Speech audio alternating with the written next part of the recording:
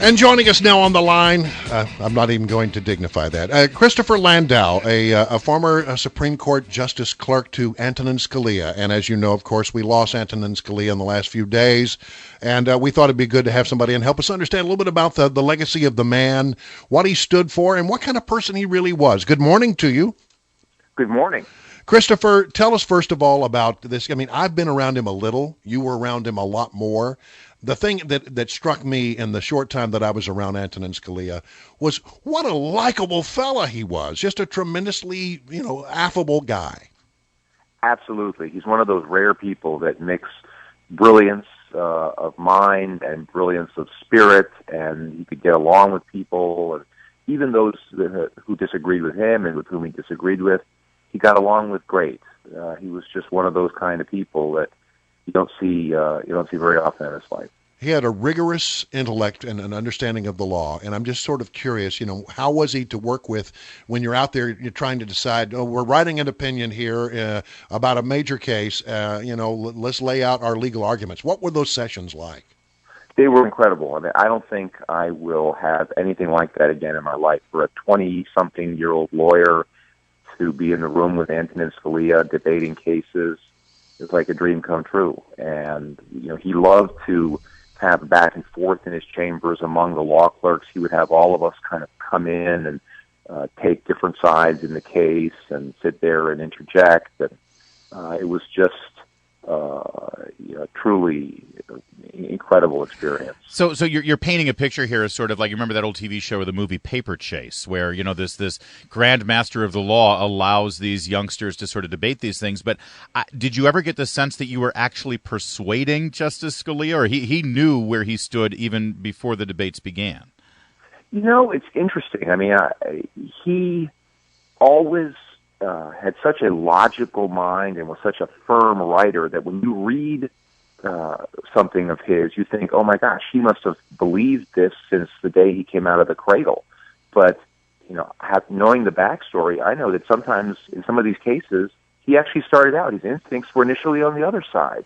And he was very open to argument and the give and take. And, once he got into it and made up his mind, he tended to just write so logically and cleanly that it looked like it had been obvious to him forever. Right.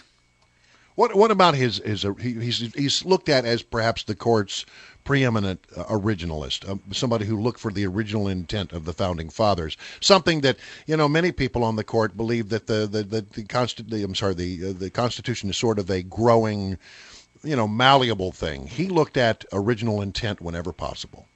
Yes, that's right. And I think even more than that, I think he considered himself a textualist. I think what really mattered to him were the words, and he didn't believe in kind of broad policy, well, this is what the Equal Protection Clause is about at a very sweeping level. He wanted to know what those words meant to the people, as you said, originalism, the people who wrote them, but also what do the words mean in themselves. And both in the Constitution and in statute, he was very focused on the mechanics of language and the words. And I think that's why he's going to have such a lasting impact, because he not only obviously cast very important votes over 30 years on the Supreme Court, but he really reminded everybody in the profession, lawyers and judges, how to be real lawyers again, how to focus on the language of the law and analyze that. And that's really what changed everything. Yeah, our guest is Christopher Landau, and he clerked with Justice Antonin Scalia. And you know what I would love for you to talk about is the consistency of his arguments with regard to the Constitution and what the Constitution means to us, regardless of party lines. Everybody, I heard so much from the left this weekend saying, he was just a partisan Republican conservative hack. People forget, he came down in favor of flag burning. Because of free speech. He came down against a ban on violent video games. See, I am such a huge fan of freedom of speech and freedom of expression in the free market that I always admired the fact that even though it didn't necessarily fit with what people perceived Antonin Scalia to be, he was consistent on issues like that. Absolutely. For him, it was all the principle of the thing.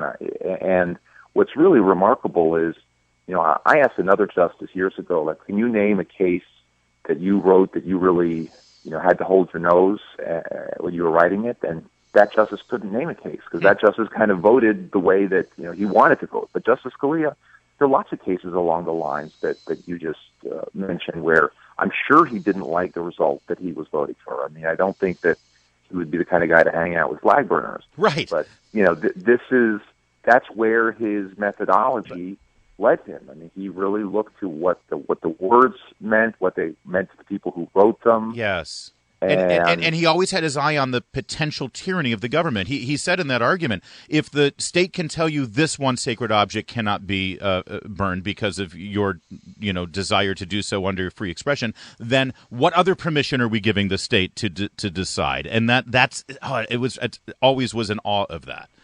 Yeah, he really got it. He understood the big picture, what the role of the Supreme Court was, the separation of powers, federalism, all those things. I think he almost had the mind of one of the framers. And it was interesting because intuitively, before he even went and researched the history, he just knew in his bones the way the people from the founding generation thought about the law. Right. And, we would go and research it then, and almost invariably he was correct, his initial instincts, because he just has such a great sense of what animates the Constitution. Let me ask you this question. I want you to tell me what you think his most important decision was that he authored, and the most memorable thing that comes to mind when you think back fondly on your time as a clerk there in his office. Boy, the thing that immediately pops in my mind in terms of memorable times is just sitting with him, booking opinions. That's when, right before an opinion was released, the secretary would wheel in a cart with every volume, those fat volumes of the U.S. Reporters that you see in lawyers' offices. Right. And he would personally open each volume and check every case that he was citing in his opinion to make sure that it was a fair characterization of that case. And he was very persnickety about, is this the holding of the case, or is it just a random statement that we made? I mean, he was, above all, a craftsman and a master of his craft. And as a young lawyer, it was so inspiring to sit next to him and watch him do that. It was really like watching, the great artist at work. Christopher Landau. Can I just his most memorable decision very quickly? Boy, the one that pops in my head right now is just his dissent in Morrison versus Olson, where he just spoke so powerfully about the separation of powers, and he's been so vindicated on that over the years. We've only got 20 seconds. I'm sorry, but we're actually talking about the Constitution right now and the president appointing a Supreme Court justice in his final year and the Senate's role there. Where do you think Antonin Scalia would weigh in on this? I just think I'd love you to think about his life and his legacy. I mean, it makes me sad in a sense that we've moved so quickly through the whole political process. Yeah. All right. Let's just remember Justice Scalia today. All right. Thank you very much, Christopher Landau. Yeah. Absolutely. My pleasure. Thanks for having me on. Pleasure to have you.